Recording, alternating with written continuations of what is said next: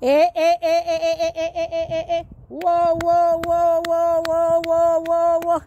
Ce que Dieu ne peut pas faire n'existe pas. What God cannot do does not exist. What my Baba cannot do does not exist. Ce que Dieu ne peut pas faire n'existe pas. Il a dit dans Luc 1,37, car rien n'est impossible à Dieu. Il faut croire en ce qui est dans la parole. Il faut avoir la foi.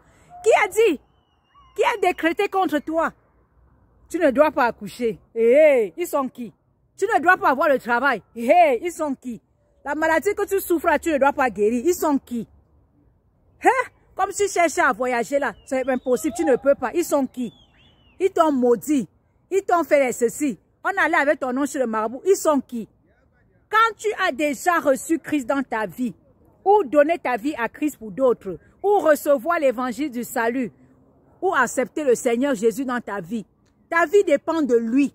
Tu peux avoir les épreuves, mais ça va passer. Les choses peuvent prendre du temps, mais ça va passer. C'est pour ça que dans Galates, il parle des fruits de l'esprit, la patience. La patience. Tu dois être patient et attendre. N'écoute pas les gens dire. Telle chose va se passer. Tu crois à ça, tu trembles. Tu trembles quoi? Tu trembles quoi? Sois dans la joie. Parce que quand tu vis avec Christ, rien n'est impossible à lui. Il est souverain, le maître des temps et des circonstances. Celui que quand il dit oui, personne ne peut dire non. Celui qui est l'alpha et l'oméga. Celui qui commence la fin avant que tu ne commences même. Le Dieu tout-puissant, le roi des rois, le Seigneur des seigneurs. Il voit, il connaît. Il voit, il connaît. Jésus voit tout. Il voit, il connaît. Il voit la situation que tu es dedans là. Il voit. Et il te fortifie dans cette situation au travers du Saint-Esprit. Il est avec toi. Tu es dans sa paume des mains. Il t'appelle la prunelle de ses yeux. Il a dit qu'il ne peut pas t'abandonner. Il dit dans Isaïe 15, 49, une femme abandonne-t-elle le fruit de ses entrailles? N'aurait-elle pas pitié de son enfant? Et même si elle abandonnait, moi, ton Dieu, je ne t'abandonnerai pas. Quelle promesse! Il n'y a que lui pour faire ce genre de promesse. Alléluia! Notre Père est bon. Je ne t'abandonnerai pas. Le Dieu que nous servons ne peut pas nous abandonner. Il est avec nous. Il dit, tu es assis dans les lieux célestes en Christ. Et au travers de l'œuvre achevée de la croix, tu as une nouvelle identité. Tu es devenu passager sur la terre.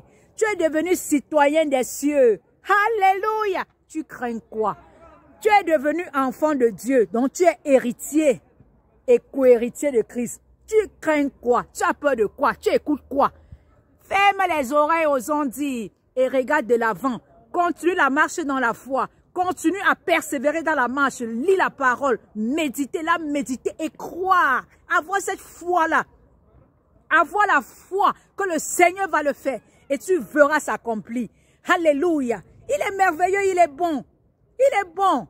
Un chrétien doit toujours avoir la joie parce qu'il connaît les Écritures. Il sait ce qui est dans les Écritures. Bien-aimé, tu penses que pourquoi les Paul, ils étaient dans la prison, on les a même enfermés, ils continuent à persévérer. C'était pourquoi? Parce qu'ils savaient, ils connaissaient le Dieu qu'ils servaient. Ils avaient compris l'œuvre de la croix. Ils avaient compris ce que le Seigneur Jésus avait fait à la croix. Quel que soit ce qui se passait dans leur vie, ils ne tremblaient plus. Enfants de Dieu, ne tremble plus haut. Ne tremble plus, Jésus a tout accompli. C'est bon. Il voit, il connaît tes difficultés. Il connaît les épreuves que tu as à l'intérieur. Mais il te dit, je te vois, je te connais. Tiens bon, je suis avec toi. Amen. Shalom.